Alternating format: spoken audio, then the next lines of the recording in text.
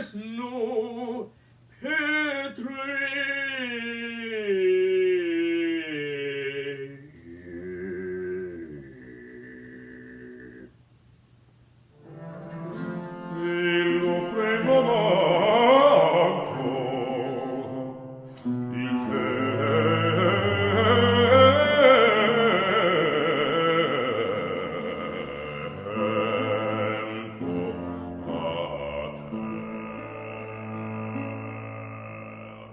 Hey there, guys, and welcome to TalkBox with Oktavists. I'm your host, Xander Mayang, and today we have a special guest all the way from Munich, Germany. Please introduce yourself, sir.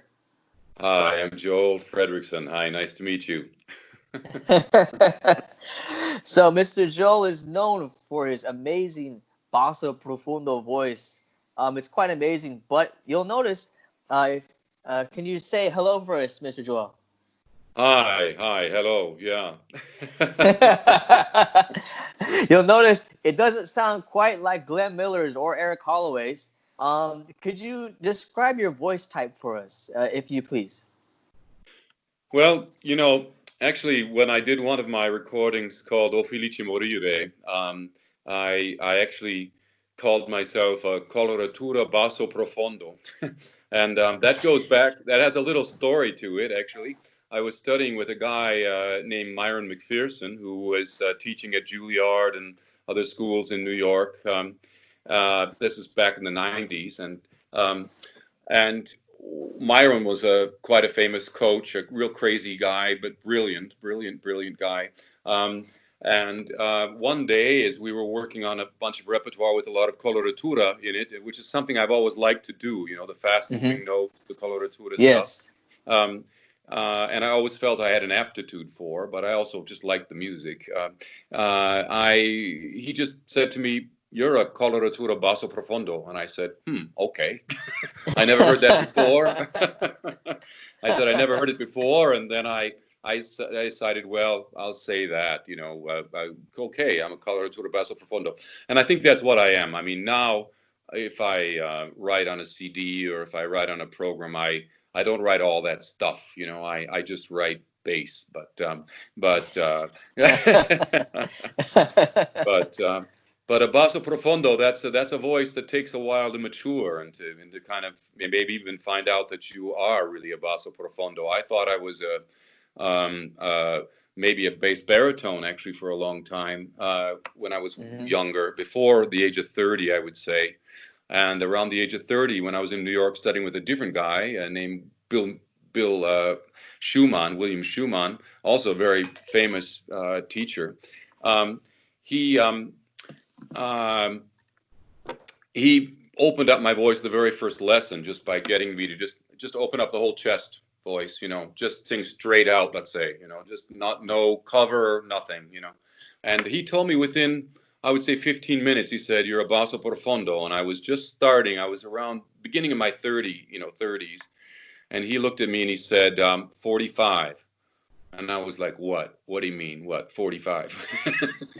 And he was like, that's when you're going to feel like your voice is just completely like, open and just, And I was like, shit, what am I going to do from now until I'm 45? But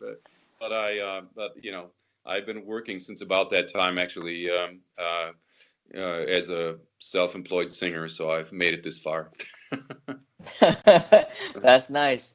You have some pretty cool work out there, I love it. So what we're going to talk about now, what qualities makes you a basso profundo if you're a singer? And after that, we'll do another lead-up question. But first, answer this one if you'd like. Well, I think I could figure out also pretty quickly if someone else is a basso profundo. If I start warming up a singer, and I taught for a bunch of years too, I still teach sometimes. Now it's in the age of Corona. Now I've even have some people who have contacted me. There's a Chilean bass now. I taught him the other day from his hometown in Chile, and other people. You can teach anybody anywhere now. In a way, it's not the same. You don't get the same vibrations in the room. You don't really hear it the same way, But I can hear it. And so, okay. First of all, you have to have a certain power, like in a low, let's say, a low A, and I'm not talking about the Oktavists low A down there at that octave. I'm talking about the one that a bass should be able to sing. Of course, every basso that I know has some kind of a C, more or less strong, for sure a D that has to be pretty darn strong, but then it's a color, and then it's a question of where the breaks are, and I think that the first big break for most basso profundo is a step below what it is for a baritone for sure, and at least a half step below what it is for a normal bass, I think, So let's say for me, I always felt like I knew exactly where an A flat was and exactly where an A was, but I'm talking about the next octave up. I'm not very good at the numbering of the octaves, but whatever that is, whatever number of octave that is. But I think the basses that are going to hear me talking are going to know what I mean, So if I this A, that A up there, that's already a place where there's some kind of a let's say a break, for the bass voice. So yeah. Nice. So now I have a lot of questions for you. I'm sorry if this interview might go for about an hour, if you don't mind. It can go as long as you want. I'm fine. Yeah, I have time. Thanks. So the next question is, there's a lot of stigma for the octavism world. Do you have to be a basso profundo to be an octavist? That's a big question in the community right now. What are your thoughts on that? I would have said yes. I think I would have said yes, but I don't know. For yourself, Alexander. When you're quite young, I would say it's important. I think not to push the voice like into being a basso profundo. Like I just told you, my this great teacher. I was paying that guy a lot of money, and he had Marcello Giordani. He had all these famous people. He was like, oh, I can't teach you tomorrow. I've got to fly over. That was when the Concorde was still flying, that supersonic plane. I got to fly over to see my student debut on the Bastille Opera and all this other stuff. So he was a really well-known and still is a voice teacher in the United States. Taught at the Academy of Vocal Arts, also in Pennsylvania, and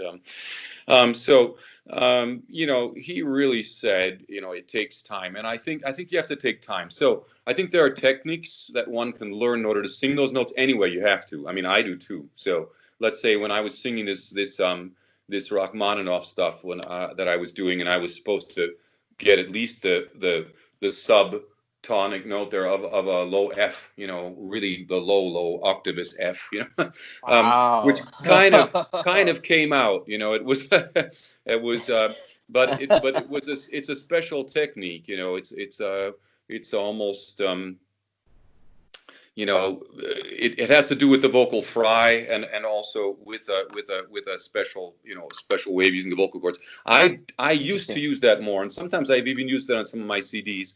I don't use it too much anymore. Like on Rose of Sharon, I remember I have this one solo that's always going down to a low E, and I was and I kind of really grabbed it, but normally if I'm singing, I try to keep my voice, on the edges of the vocal cords. I try to sing with a natural voice, and I sing up and down, and I know I'm doing it right if I can sing my whole range, which is, when I vocalize normally, right now, I vocalize from, I was looking at just again, something where there's the bass range, written down, and a typical basso profundo, let's say, could go from a low C to, or a basso, let's say, basso profundo, low C to an F, at least vocalizing, And yeah, that's about my range. That's what I sang low C to my F sharp in my master's recital. I remember back then, otherwise I vocalize often from a B flat, like let's say the low one, up to high F sharp. When I'm vocalizing, I just try to keep that range going all the time, So, but otherwise I try to keep a lot of flexibility in my voice. I think that's something really important, So, and then like you said, it's the range, it's the thing. So I don't know for sure. Maybe there are bass baritones who can make that sound. Well, you know what I should say? I think there are some bass baritones that can kind of fake that sound, but they will never have that the real fullness of a real basso, I don't think. Around that low C, that low B flat, those are anyway, and if you're doing Rachmaninoff, those are your money notes, you know. Yes. And then if you can go lower to an A and a G, in some kind of way, make the sound, you know, that's fine, you know, but yeah, so. Thanks for your input. It's very helpful for us as a community to hear from people like you, the professionals that know their craft. And here we are, we're just sitting in our rooms doing the Rachmaninoff scale, and we're saying, wonder what makes you a basso. And then you say, yeah, here it is right here. Yeah, and so so now the next question is, what's your favorite style of music? And that's any music from any genre. It could be pop, it could be classical, it could be Baroque, Orthodox. What music do you like the most? Well, you know, gee whiz, I've been singing for so long also that I've had a long career. I've been lucky, you know. I've really spent since my master's degree, the last 30 years being so 1990, you know, being self-employed singer. I mean, I taught for 6 years. Professor, like an adjunct professor of voice, which suited me well because I was touring a lot. So, I mean, I could come in, teach my days, and, you know, at Long Island University in New York, and did that kind of thing while I was working with various groups around the United States and putting together my career, you know. So, so I did that, but what I lost the train of the thought. What was I supposed to talk about right now? What did you? Yeah. What's your favorite style of music? Favorite style? Well, you know, okay, so that was a long way of answering the question. For instance, recently, even in the last, let's say, 10 years, last year I sang my very first Verdi Requiem. So in Michigan at Orchestra Hall, it was fantastic. I loved it, you know. So that's taken a while to be there, you know. I love singing, even though I don't know if I'll ever sing it on the stage still, because it's just one of those things. I have such a name in early music. That's part of it. My let's say resumes reads all early music, but I love the part of King Mark in Tristan and Isolde from Wagner. I suppose if I have a favorite composer in the whole world, maybe that'll help me to narrow it down. I mean, like Claudio Monteverdi is just like, for me, and the time around the early Baroque was a very, very special time where they kind of seemed like they discovered the bass voice, you know, and this kind of agile voice. Something appealed to me about the poetry that's required to do this music. Also, there's a kind of, you have to really interpret the music and learn how to do it rhetorically and with the kind of declamation and the kind of skills you need. Anyway, so I like this music of Claudio Monteverdi that requires that of a bass singer. Requires a big range. Also, like there's a piece called Ab Eterno, which there's a YouTube video of me doing that a bunch of years ago in the St. Stephen's Church, the Duomo, they say, you know, the cathedral in Vienna. And you know, that has a range of a low C to a high E. And so that's a pretty big bass range, you know, in one piece. Yeah. In fact, there are runs, there are coloratura lines there that it goes through that entire range from the E down to the low C in one kind of big range of run, you know. So that's very cool music. I always liked doing that music. It felt good to me, and I suppose I felt like I had a kind of you know, like an ability to do it. Yeah, there are some singers that seem to be born with this kind of super open throat that just go wah, you know, and it all comes out, and it's and they have maybe they're more of a apt, let's say, have more aptitude to be a Verdi, you know, bass than I mean, I love some of the arias and sing them sometimes still, from Banco, Macbeth, or these things are really, or Dormir o Sol, you know, it's from Philip, you know. So there's a there's so much fabulous music out there, but I did choose my home in the early music, and I do play the lute, so I accompany Oh, myself with the lute and the arch lute. So I accompany myself with those instruments, and that's where I make a lot of my, let's say, career. A lot of my concerts are with that kind of music. So, nice. uh, Thanks. So, the first person I interviewed was Dao Yang or Tu Yang, who's a specialist in vocal techniques. Um, you are really good with your modal voice or your chest voice. So I'm going to get in a couple questions. yeah. How do you extend your chest range? Does it just take time? Do you just wait and hopefully your voice will mature over the years? Whoops. Um, yeah. Well, there's a variety of those things. Can we take a 2-second break? Yes, go ahead. Do you mind? Sorry, folks. We just took a little break. I had a little visitor come by from next door telling me he wants to play. Unfortunately, that could not happen today. So, anyways, where were we? We were talking about extending chest range. Yeah. Well, I've worked on this in a lot of different ways, and I think all real bases. I mean, I remember being in high school, and gee whiz, for me, just like a normal C was pretty high. It was a pretty high note, and I was like. And C sharp, D, all those notes I really had to work on, uh, and I remember, kind of torturing myself. And at some point, you probably think, oh, a lot of people are like you, or whatever. And then I started teaching, and then I was warming up like these guys. I remember through their, like they come in, they say they're a baritone, or they say they're a bass, or they say they're whatever. And I would warm them up, and I'd be warming them up, and I would go just right through that area, like C sharp, D sharp, E, and they would be no problem, And I was thinking, and I and I realized that, of course I must have realized it earlier, but I mean, I realized again, let's say, there are certain kinds of voices, they're just different voices, Yes. and that has a lot to do with just our anatomy, that's Yes. we are given that, let's say, so, but anyway, but there are ways to definitely work on it, of course, and a guy like, let's say, Bill Schumann, something like that, was definitely the school, um, you know, pure vowel, speaking the vowel, speaking it very deep, and then putting the sound out. A lot of it was that way, putting the sound kind of straight out. And let's just make it quick, to allow the voice to turn when it wants to.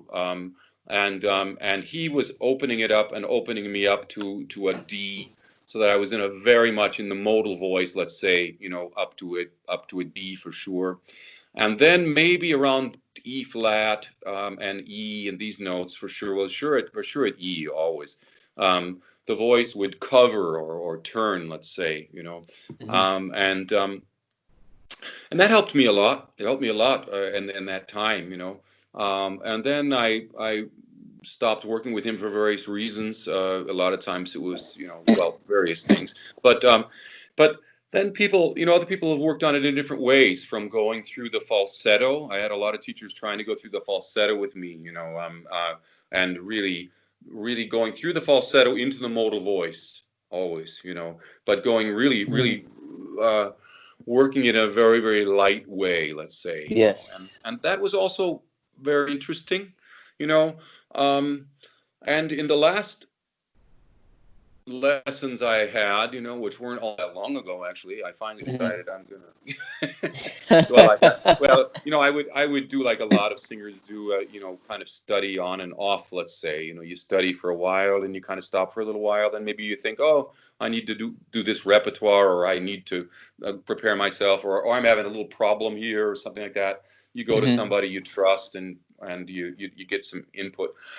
But then there's people who really are into like putting it all up here, Yes. that's really hard for us basses. I don't really believe in that.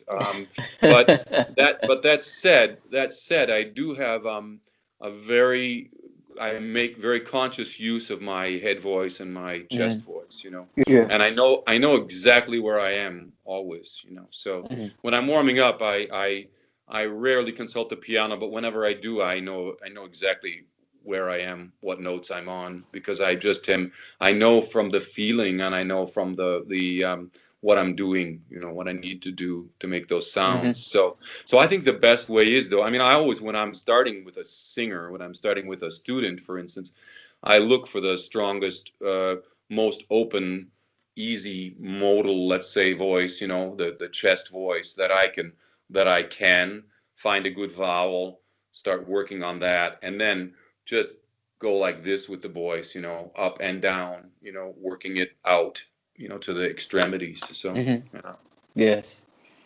Thank you. All right. So there's for bassists, especially young bassists that are growing up, there's always, is it gonna hurt my voice if I learn how to sing higher? Is it gonna strain my voice? Is it necessary? In your mind, as a bass, should a bass learn how to sing high? Well, we have to, we have to, yeah. I mean, and for us, high is something else than other people, I mean, it's, I used to say, when I got a cold, sometimes if I got a little bit sick or something and my voice would go down like at all, like one step, it would just be, there's absolutely no repertoire out besides some Russian, like Oktavists music, like we said, that one can sing. But, it also depends on your decision and what you feel like you want to do. I mean, I remember hearing, although I think he sings also very well as a soloist, Glenn Miller, but I remember him saying himself that he is a choral singer. That's what he considers himself, or that's what he, says, that was my interest, that was my, that's his passion, I think, and that's his thing. So I mean, like I said, he also sings solo very beautifully, but it's also, I would say, a kind of a decision. Although there are, I mean, that's one thing I must admit that always attracted me about the kind of music that I got into now, because I studied for a master's degree. I studied voice, but also early music. I mean, that was what my master is in. So I was interested in that, and in that music, there's a lot of chances for singing in ensemble, and a lot of times those ensembles are just one person on a part, so they're small, and I like that, I like that. That kind of thing, and that chamber music, let's say, So anyway, it's great to make music with other people. Some people, want to do, let's say, that kind of thing. And you know what? I think for basses, it's probably necessary. I mean, when I was teaching a lot, like for 6 years at this college, I never, in all the years, well, I had one kid who was 17 and he went to Juilliard and he was super gifted and he had a great voice. He could sing like Schubert songs. I mean, it was unbelievable at 16, 17 years old. He was doing just great. But he was not a real bass. He was a baritone, but I never otherwise had another bass that came through the whole school and was really ready, even at the age of 23, to start on a really professional career. We have a big voice change, right, around 16, and like we kind of start over, and I had women who were ready at the age of 23, something like that. They were already starting to sing. They could do a lot, but the guys tended to take longer. But as we know, the lighter voices, the higher voices a lot of times, but also the lighter ones are ready to sing younger, and they're also finishing younger often. But the basses, I mean, we can sing until we're, I mean, I took lessons from a guy, he was 72 years old, and he was singing the hell out of stuff. I mean, he was amazing. Wow. So, and he was singing professionally, in the opera in Munich. So, I mean, so if you can have that kind of longevity, too, that's an important thing. So I would say, don't push the voice. But yes, you have to learn how to sing high for us, because otherwise there's no repertoire if you want to sing solo. Yes. Thanks. Appreciate it. So the next question is, your modal voice is very important as a bass to sing. But a lot of basses, even though they have deeper voices, struggle to project and make resonance in their voice. What's the secret to projecting and making your modal voice very resonant and full? Um, I don't know what the secret is, except for, kind of slowly working it and working it and working it and opening up and learning how to really, in fact, keep your voice, keep your, like, let's say, throat open, which is an important Yes. thing. For me, it was also a matter of trusting and keeping a very, what I would say, a very pure vowel, and keeping this feeling of making a very clear sound on every note. But then, it taking time, and I mean, it's also important to sing soft, and I mean, I listened to a Parsifal not that long ago with René Pape. I don't know if you know him, but he's a very, very famous bass. René Pape in opera bass, and René just sang so beautifully the role of Gudamans, it's called, in Parsifal. It's again a Wagner opera, and we often think of Wagner operas as being just loud screaming fests, And in fact, they have big orchestras sometimes, but they also, I mean, but Parsifal, for instance, has so much soft singing, and there was a lot of really soft and lyrical singing, So it's not all about being loud. I mean, I've gotten louder, I must say, through the years. I mean, I have to rein in my voice a lot of times for the kind of music I do. But I mean, I can be pretty damn loud. Yeah. But but it's a matter of balancing, isn't it? Balancing the resonance and the kind of phonation that you make with your chords, so that you make a proper use of the vocal cords coming together, approximating, we say, not pushing, and then opening around that sound. Yes. So this is just a fun question that I got. Is there secrets? Does facial hair make your voice lower? Yeah, definitely. Yeah. Oh yeah, I bet. Because every bass I see has facial hair, except for Glenn Miller, which actually, now that you think about it, it's probably not true. Yeah. I think a lot of basses grow facial hair because they have no chin otherwise. They try to make their it all just becomes one thing. It's like the throat. Oh man. Oh man. So the next question is, for you as a singer, there's a lot of things that makes a singer unique. What makes you special as a singer? I probably think my specialness is in fact what you maybe already said a little bit. So I'm glad you heard it.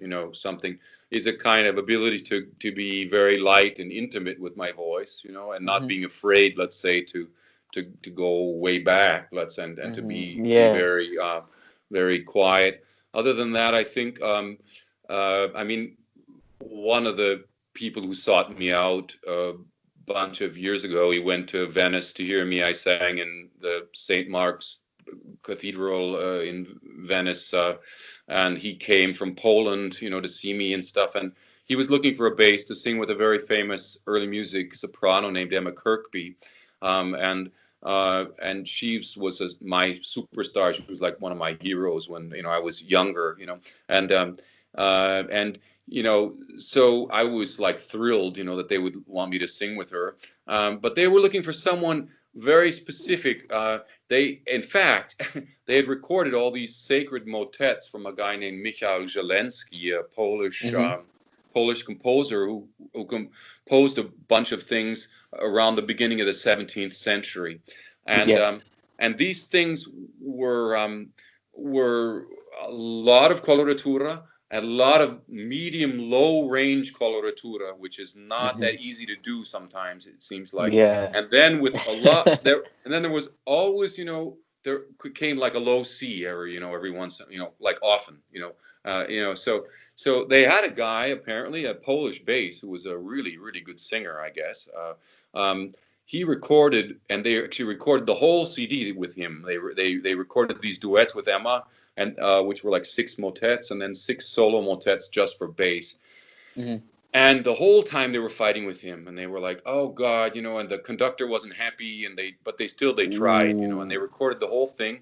At the end of the when they were trying to mix it, they realized it's just impossible. It's impossible. So this guy looked around, like really like everywhere, and found me, and the thing that was needed was, I guess, what one of the things I guess that I can do, which is do these this coloratura also in the low middle range, but very clearly, so that the notes are very clear and concise, but then also sing the low enough, So it was nice. So I think that's one of my abilities anyway, is to do that, is to sing. Is to sing in that way, but I always think also, I think there are different kinds of singers. I mean, and to all of us, there are 2 parts of it too. The sound is one part, the sound, and then the other part, though, is that we are not instrumentalists, and what makes us not instrumentalists is that we sing words, and so for me, always the poetry was really important, So the words themselves and what I'm singing about, and what I'm trying to express was always really important. So I think I think that's the other thing maybe that makes me who I am, let's say, that I really want to get inside the text and the whole song and really express what's happening there. And if I can do that, then I'm happy. So yes, which leads us to our next question is, when young bassists do repertoire that they don't speak the language, it's sometimes hard to portray the message that the song has. Because it has different wordings, different structure. So how much effort should a bass go into learning the language and how the language works to really speak the song? Yeah, that's a good question. I mean, we will probably never, or most of us, let's say at least, we will never probably speak fluently every single language that we're required to sing in, So, but there's really, the problem is also that there are 2 aspects always to that, I mean, if you listen to like Russian singers, for instance, there's a very specific sound that they make, and there's 2 aspects also to that. One is this sort of school of way they sing, the learning how to sing, what they hear around them, let's say, as singers, these examples, and what kind of instruction they get, being taught how to sing, which tends to be a very open-throated, very full-throated sound, very modal, also, until it just doesn't work anymore. And that tends to be the way that the Russian, approach. But every language, if you sing in the language of French, if you sing in the language of Russian, or Slavic, any Slavic language other than Russian as well, Polish or Czech, or these the vowels are different. The consonants, the there are different sounds that are required of the language that are also go straight over one-to-one into the music, So if I'm speaking Russian, I think what's important to do is to try to kind of mimic the sound of a Russian singing Russian, maybe, that can help, to kind of just, so I would say that to a young bass, just pretend, like make fun of a Russian, like, and, blah, blah, blah, blah, just, and then just get that kind of sound. because it's the same, I sing in French sometimes still, but the hardest thing for singing in French is for me as an American to get this placement of the language. So Yes. there's also a matter of the placement of the language itself somehow. That's a really tricky question. So yeah. Yeah, but So the for you, meaning is yeah. also important, of course, because like now when I sing, Yes. I mean, I learned the Winterreise like about 8 years ago. I started learning it, I think, something like that, and I've sung it a bunch of times. And Winterreise of Schubert, it's fantastic. But of course, it helps that I speak German fluently. I mean, it's another experience for me also, because I know exactly what I'm saying when I'm saying. Yes. Yes. That's very helpful. Now, as a singer, when you listen to music and you want to add your voice to a sound, sometimes we think loud is great, and that's what matters. We need to be heard. We need to be loud so people can hear us as basses. It's loud, always loud. Gotta be loud. But sometimes the repertoire doesn't require you to be loud. Sometimes it requires you to be a little bit more soft. In that case, as a young bass, and your director tells you to be soft, what should we do? Should we do what our heart content wants us to do, or should we do what the piece tells us to do because that's what the piece says? Yeah. Well, I mean, yeah, I know what you mean. We all have to. I sometimes have had directors make demands of me as well. Let's say it goes against somehow my maybe my feeling, or it also goes against what's easy or not for me technically to do. Because if they want me to sing with a certain color in a certain high part of my voice, then I'm just like, well, you need to go get a baritone or something like that. I mean, if you want that, it's just not me. Yeah. So that's not going to work. But other things might work. Yeah, it's a question, isn't it? If you're in your low voice and you're making it in a certain way, then sometimes I know it can go kind of on and off. If I think but maybe we can encourage our choral directors. I mean, there are we call him the father of choral music in the United States, William Billings, for instance. He was born in Boston, and his books were published in like 1770 to 1800, in that era.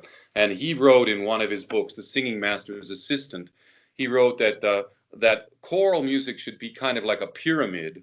And he's not the only one who wrote this. He said that the bass should be loud and full, but the soprano really soft.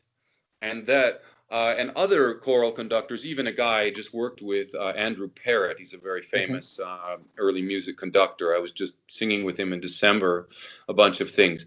He also agrees with this. He said, now that's the normal way, because it has to do with the sound. I mean, how we also hear it. The high frequencies they travel way out there. Yes. And the lower frequencies take a while. I've noticed even when I'm singing a low note, if I'm singing a big song and I've got like one bum bum bum oder sowas, I realize that it takes the people a moment to get to really realize that note's there, to hear it. Yes.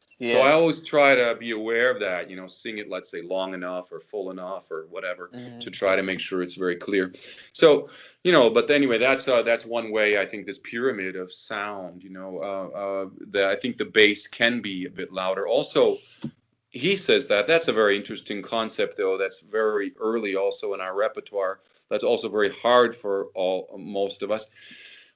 There are singing people around 1600 also who talk about sing the low notes full and loud, but sing your highest notes as soft as possible. And that's really an interesting, that's like the opposite of the way we're trained in romantic music. We tend to sing the highest notes really as loud as that we can, or loud. And the lower notes don't have to be as loud. But okay, for an octavist, it's another story. You have to be heard, and you have to do it. So yeah. I would say, you have to you have to be, you have to know that and figure out that mechanism in your voice of how quiet you could even get, to Yes. do. Yes. Because for my technique, which is called VVM, vocal ventricular phonation, it's very hard for me to project the notes quietly, because it requires me to, the softest I can go is probably, and that's probably as soft as I can go. But it will still project over a choir because it has that resonance in the tone. But as far as sound wise goes, my choir director, I love him so much, Dr. Ariel Quintana. He says, Xander, when we reach the low C at the end of my piece, you know what? Just go for it. I don't care how loud you are, because for the choir, we know what you can do, and we'll balance ourselves to you, because this is the part that makes you special, and that's the part that we're here for, is because our college, that's the part that we like the most, is the bass. So we're based around you. So at that last note, just go for it and hope for the best. Yeah. Well, that's good. That's great. I often think that what's really important for me, and I've had to realize that even sometimes recently, is the note often before my lowest note. Let's say I'm preparing myself. I'm preparing myself, and I'm thinking about the vocal cords and how I'm using them. I'm preparing for that openness. I'm preparing for that sound in my body, preparing my body for that. And then if I'm well prepared, usually that low note comes out really well. Yeah. Yes. Yeah. So I think this interview is about to come to a close. Sure. It's been a great interview. Yeah. I hope we had a good time. I sure did. Sure. No, it was nice to meet you, and I'm so happy. It's great to see you and to meet another bass that's so serious and so curious. That's fantastic. So gives us older guys hope for the future. Thank you. So now here at TalkBox with Oktavists, there's a tradition that we have that we started with Bass 2 Yang, and that is, what is your lowest note? So now, in front of all of us, what's the lowest note you can hit right now? Oh my gosh. Well, I think I could probably hit a low A right now, but frankly, where I am right now, I've been in the hospital, recently, and really? And I'm actually in a recovering from a surgery right now. Oh, so really? My no need to push yourself then. My lowest note is not, I had a knee problem because of a ski injury years ago. So I see. So I've had because of the drugs, I think also, not the low that I thought I should have, but let's see what happens if I let me see what I could do. That's about a C, yeah.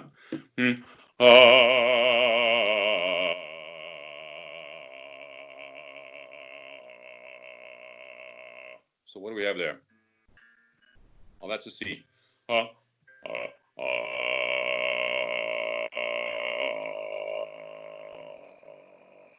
Well, I almost have my A. I have a well, that was an A flat actually, about an A flat. So, I can usually warm up down to a G on a normal day, so, but my A is, I would say, there every single day. So. Solid stuff. Thank you, Mr. Joel Frederiksen, for this interview. And for everyone watching, guess who's up next? Mr. Eric Holloway. I promised you guys Mr. Holloway first, but Mr. Joel Frederiksen just happened to have the time for me today. So thank you so much.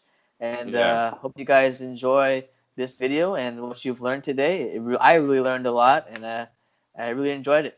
Thank you so much, guys. All right. Peace out. Woo!